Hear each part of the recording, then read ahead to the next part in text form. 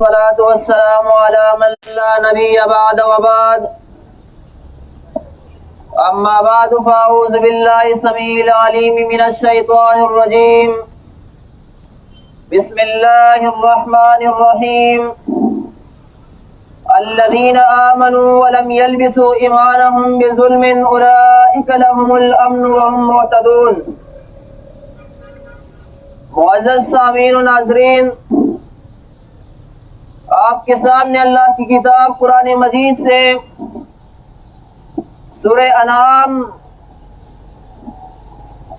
سورت نمبر 6 کی آیت نمبر 82 تلاوت کی ہے۔ اس میں مالک کائنات بیان فرماتے ہیں الذین آمنوا ولم يلبسوا ایمانہم بظلم، جن لوگوں نے ایمان لایا اور اپنی ایمان میں انہوں نے ظلم کی ملاوٹ نہیں کی، اولئک لہم الامن وہم مہتدون، تو فرمایا کہ یہی لوگ امن میں ہیں، سکون میں ہیں اور یہی ہدایت یافتہ لوگ ہیں۔ جب یہ آیت نازل ہوئی، صحابہ کرام پوچھتے اللہ کی رسول محمد صلی اللہ علیہ وسلم سے کہ اللہ کی رسول صلی اللہ علیہ وسلم،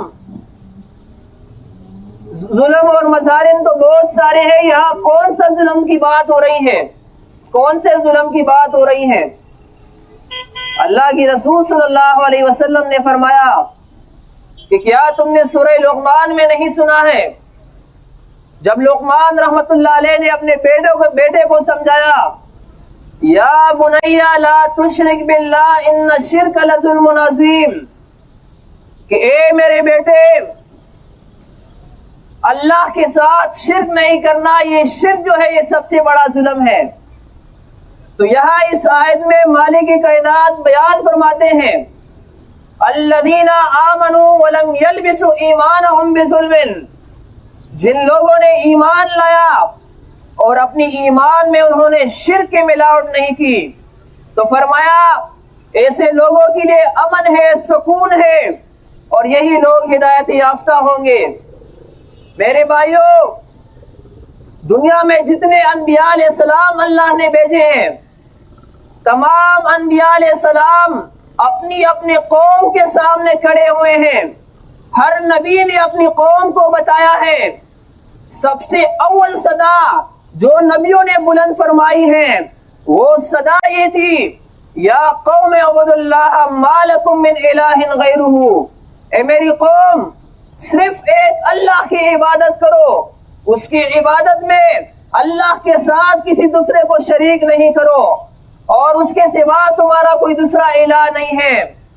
میرے بھائیوں، یہ عبادت ایک بہت بڑا مفہوم رکھتا ہے، لیکن مختصراً میں بتانے کی کوشش کرتا ہوں کہ جتنی احکامات اللہ نے نازل فرمائے ہیں ان احکامات پر عمل کرنا اور جس کام سے اللہ نے ہمیں منع فرمایا ہے اس کام سے منع ہو جانا، یہ عبادت کہلاتی ہے۔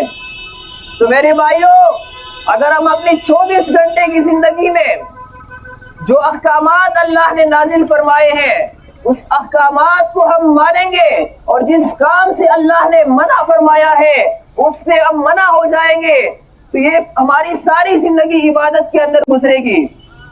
میرے بھائیوں، آج آپ دیکھیں اللہ کی رسول صلی اللہ علیہ وسلم نے 1450 سال پہلے فرمایا تھا الدعاء مخ العبادہ، یہ دعا جو ہے یہ عبادت کا مغز ہے۔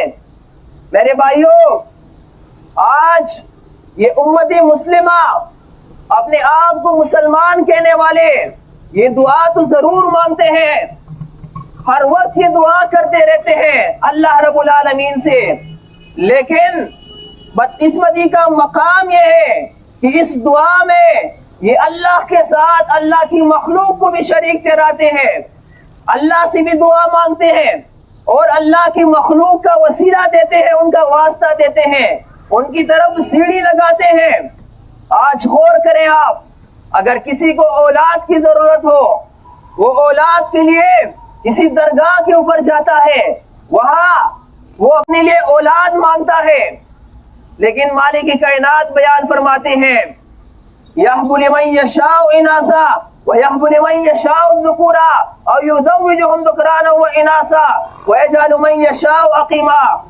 لوگو، تم تو درگاہوں پہ جاتے ہو، تم تو اپنی پیروں سے مانگتے ہو، تم تو کبھی اولاد کے لیے تعویذ لٹکاتے ہو، تم تو کبھی اولاد کے لیے دم کرواتے ہو۔ میرے بھائیو، قرآن مجید بیان فرماتا ہے کہ وہ اللہ ہے جس کو چاہتا ہے لڑکے دیتا ہے، جس کو چاہتا ہے لڑکیاں دیتا ہے، جس کو چاہتا ہے ملا چلا کے دے دیتا ہے، اور جس کو چاہتا ہے اسے بانجھ رکھتا ہے۔ پھر دنیا کی کوئی طاقت اس کو اولاد نہیں دے سکتی ہے، کوئی ڈاکٹر اس کو اولاد نہیں دے سکتا ہے۔ میرے بھائیو، میں دعا کی بات کر رہا تھا، آپ غور کریں قرآن مجید میں زکریا علیہ السلام اللہ کی ولی گزرے ہیں، اللہ کی نبی گزرے ہیں۔ وہ زکریا علیہ السلام، ان کے گھر کے اندر اولاد نہیں تھی۔ زکریا علیہ السلام اولاد کے لیے اپنے رب کو پکارتا ہے، وَزَكَرِيَّا إِذْ نَادَىٰ رَبَّهُ رَبِّ لَا تَذَرْنِ فَرْدًا وَأَنْتَ خَيْرُ الْوَارِثِينَ۔ زکریا علیہ السلام اپنے رب سے اولاد مانگتا ہے کہ اللہ، میرے گھر میں وارث نہیں ہے، مجھے وارث عطا فرما، تو بہتر وارث دینے والا ہے۔ اللہ بیان فرماتا ہے فَاسْتَجَبْنَا لَهُ وَوَهَبْنَا لَهُ يَحْيَىٰ، اس کی دعا میں نے سن کے قبول فرمائی اور اس کو یحییٰ علیہ السلام بیٹا عطا فرمایا۔ تو معلوم ہوا اولاد کے لیے دعا مانگنا اور ویسے دعا مانگنا اور اس کی استجابت کرنا، اس کو قبول کرنے والا وہ رب العالمین ہے، وہ شہنشاہ اعظم ہے، وہ ذات ہے جس نے آسمانوں کو بغیر ستونوں کے کھڑے کیے ہیں، جس نے اس زمین کو ہمارے لیے فرش بچھایا ہے۔ وہ اللہ جو نہ سوتا ہے، جس پہ اونگ نہیں آتی، جس پہ نیند نہیں آتی ہے، جو نہ تکتا ہے، جس پہ موت نہیں آتی ہے، الحی ذات ہے، ہمیشہ سے زندہ تھا، ہمیشہ زندہ رہے گا اور ہمیشہ زندہ ہے۔ میرے بھائیو، وہ القیوم ذات ہے، ہمیشہ قائم تھا، ہمیشہ قائم ہے اور ہمیشہ قائم رہنے والی ذات ہے، سب کو تھامنے والی ذات ہے۔ میرے بھائیو، آئیے اپنی دعاؤں کو ہم خالص کریں۔ اگر ہم بیمار ہو جائے تو بیماری کے لیے ہم تعویذ کا استعمال نہ کریں، ہم دم کا استعمال نہ کریں، ہم کسی درگاہ پہ نہ جائیں۔ اللہ کی رسول صلی اللہ علیہ وسلم نے فرمایا تھا، یہ میری بات نہیں ہے، اللہ کی رسول محمد صلی اللہ علیہ وسلم نے فرمایا ہے، مسند احمد جلد نمبر 4 صفحہ 154 پر یہ حدیث مذکور ہے۔ اللہ کے نبی صلی اللہ علیہ وسلم فرماتے ہیں، من تعلق تمیمتن فقط اشرکا۔ لوگوں سن لو، جس کسی نے بھی تعویذ لٹکایا اس نے اللہ کے ساتھ شرک کیا۔ میرے بھائیو، اگر تم شفا کے لیے کسی درگاہ پہ جاتے ہو تو ذرا غور کرو کہ اس قبر میں جو انسان مدفون ہے، یہ مٹی کے ساتھ مٹی ہو گیا ہے، یہ جب زندہ تھا تب بھی محتاج تھا، جب یہ وفات ہوا تب بھی یہ محتاج ہے، یہ اللہ کی مخلوق ہے اور اللہ کے محتاج ہے۔ میرے بھائیو، کیوں کہ اللہ بیان فرماتا ہے، یا ایھا الناس انتم الفقراء الی اللہ، اے تمام دنیا کے لوگوں سن لو، تم سب کے سب اللہ کے در کے سوالی ہو، تم سب کے سب اللہ کے در کے فقیر ہو۔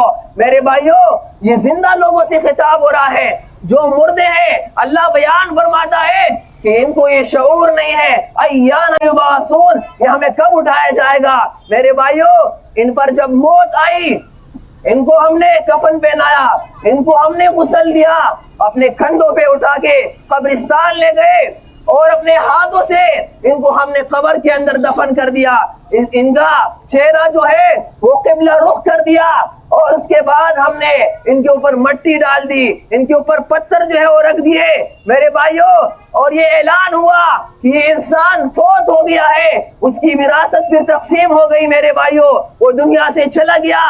اللہ بیان فرماتا ہے اپنی کتاب میں سورہ حج کے اندر، ان الذین تدعون من دون اللہ لن یخلقوا الذبابا، اے لوگو، جن کو تم اللہ کے سوا پکارتے ہو یہ ایک مکھی کو بھی پیدا نہیں کر سکتے ہیں۔ مکھی پیدا کرنا تو دور کی بات ہے، وہ شہنشاہ اعظم بیان فرماتے ہیں کہ یہ مکی اگر ان سے کوئی چیز اٹھا کر لے جائے، یہ اتنے کمزور ہے کہ ان سے وہ چیز بھی نہیں چھڑا سکتے میرے بھائیوں۔ تو آئیے اپنی دعاؤں کو ہم خالص کریں۔ اگر بیماری آ جائے ہم اپنے رب کو پکارے، ہم اپنے اللہ کو پکارے۔ یہ ابراہیم علیہ السلام کی تعلیم ہے۔ ابراہیم علیہ السلام بیان فرماتے ہیں، اللہ نے ان کی یہ بات ذکر فرمائی ہے، وَإِذَا مَرِضْتُ فَهُوَ يَشْفِينِ، جب میں بیمار ہو جاتا ہوں تو اللہ مجھے شفا دیتا ہے۔ میرے بھائیوں، ایوب علیہ السلام کی زندگی آپ دیکھیں۔ ایوب علیہ السلام بیان فرماتے ہیں، وَأَيُّوبَ إِذْ نَادَىٰ رَبَّهُ رَبِّ أَنِّي مَسَّنِيَ الضُّرُّ وَأَنتَ أَرْحَمُ الرَّاحِمِينَ۔ ایوب علیہ السلام بیمار ہو گئے تھے۔ ایوب علیہ السلام چارپائی پہ لیٹے ہوئے ہیں، بیمار ہے۔ ایوب علیہ السلام اپنے رب کو پکارتا ہے، اپنے رب سے دعا کرتا ہے کہ اے اللہ، میرے اوپر یہ مصیبت آ گئی ہے، یہ تکلیف آ گئی ہے، یہ پریشانی اور بیماری آ گئی ہے، اس کو دور کرنے والا تیرے سوا کوئی دوسرا نہیں ہے۔ میرے بھائیوں، یونس علیہ السلام، آپ ذرا غور کریں قرآن مجید میں، یونس علیہ السلام مچھلی کے پیٹ کے اندر چلے گئے ہیں، 3 اندھیروں میں ہے، رات کا اندھیرا ہے، مچھلی کے پیٹ کا اندھیرا ہے، میرے بھائیوں سمندر کا اندھیرا ہے۔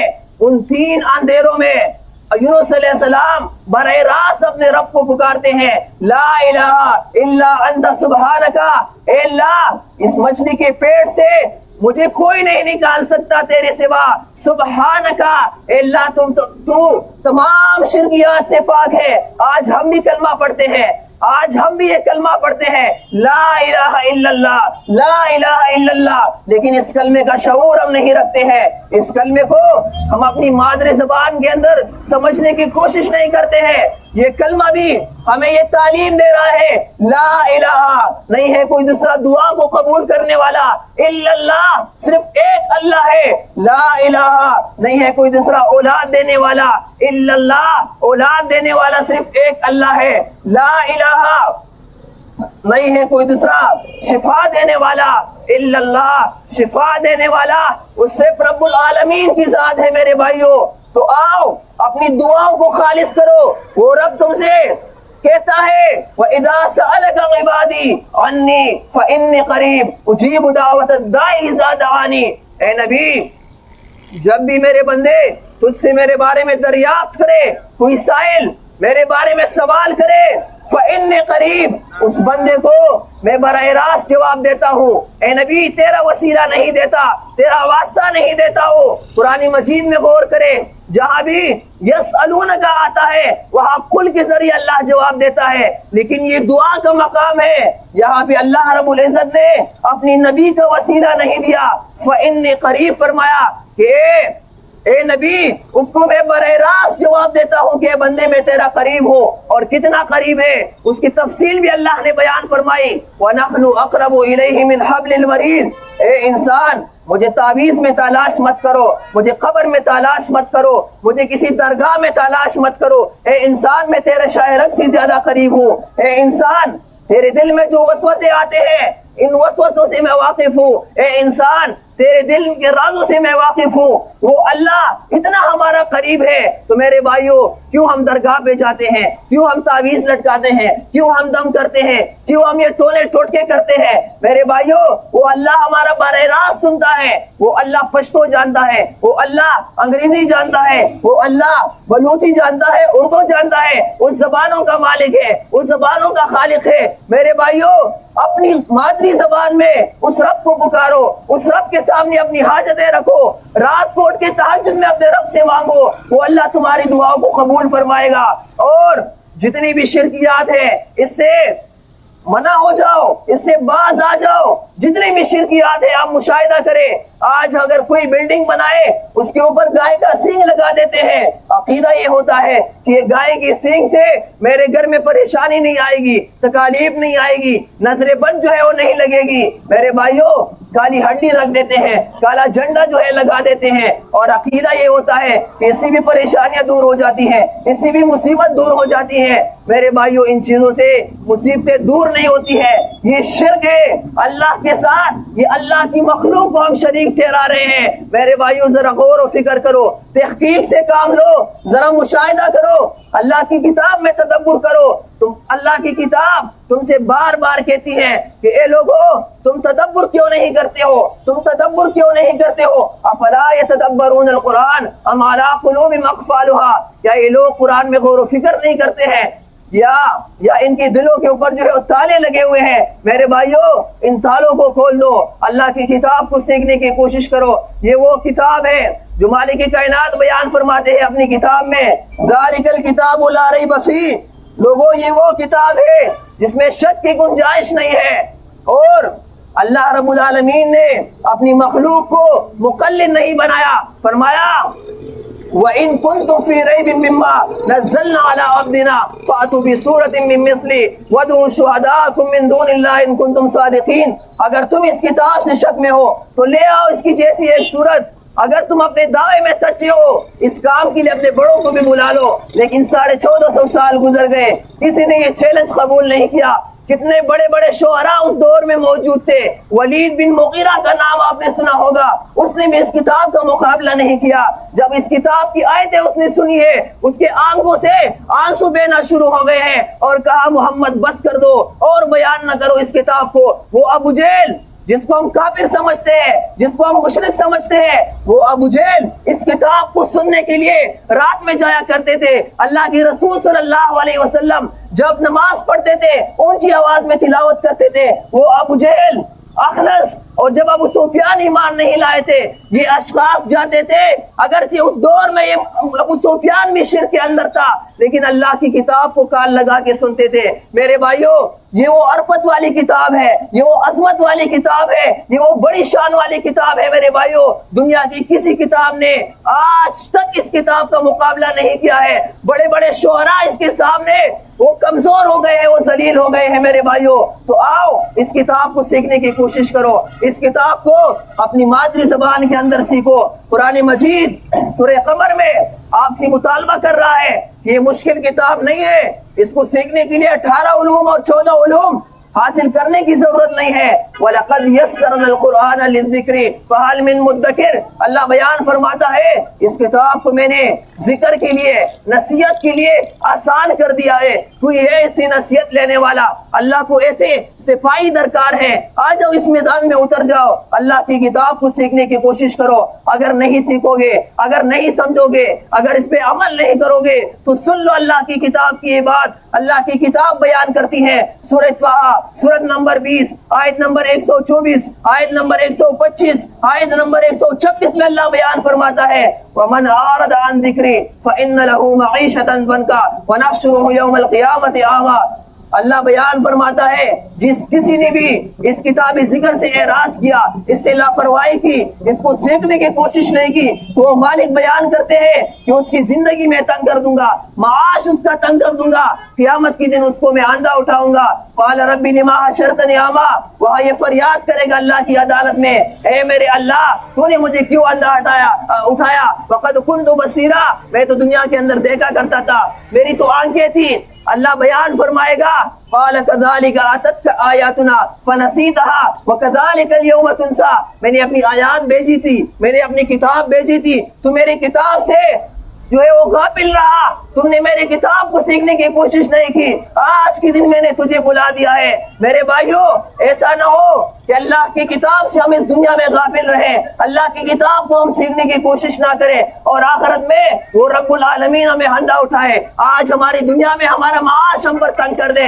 میرے بھائیوں ایسا نہ ہو کہ وہ رسول محمد صلی اللہ علیہ وسلم جس کے بارے میں آج اس قوم کا عقیدہ ہے کہ وہ ہماری سفارش کریں گے، ایسا نہ ہو وہ رسول ہماری شکایت فرمائے وقال الرسول یا رب ان قوم اتخذوا هذا القرآن مہجورا، وہ رسول اللہ کی عدالت میں کھڑے ہوں گے اور فرمائیں گے کہ اے میرے رب یہ جو میری قوم جہنم کی طرف جا رہی ہے یہ اس وجہ سے جا رہی ہے کہ انہوں نے کتاب اللہ کو چھوڑ دیا تھا۔ تو میرے بھائیوں اب بھی وقت ہے، علم حاصل کرو، ماں سے لے کر لاٹ تک۔ میرے بھائیوں علم کے لیے کسی عمر کی ضرورت نہیں ہے، بڑھاپے میں ہے پھر بھی اللہ کی کتاب کو سیکھنے کی کوشش کرو، جوانی میں ہے پھر بھی اللہ کی کتاب کو سیکھنے کی کوشش کرو، انشاءاللہ اس دنیا میں بھی امن آئے گا، آخرت کے اندر بھی ہم خوشیوں سے ہمکنار ہو جائیں گے۔ اللہ سے دعا ہے کہ اللہ رب العالمین ہمیں سمجھنے کی توفیق عطا فرمائے۔ اقول قولی ھذا استغفر اللہ لی ولکم ولسائر المسلمین۔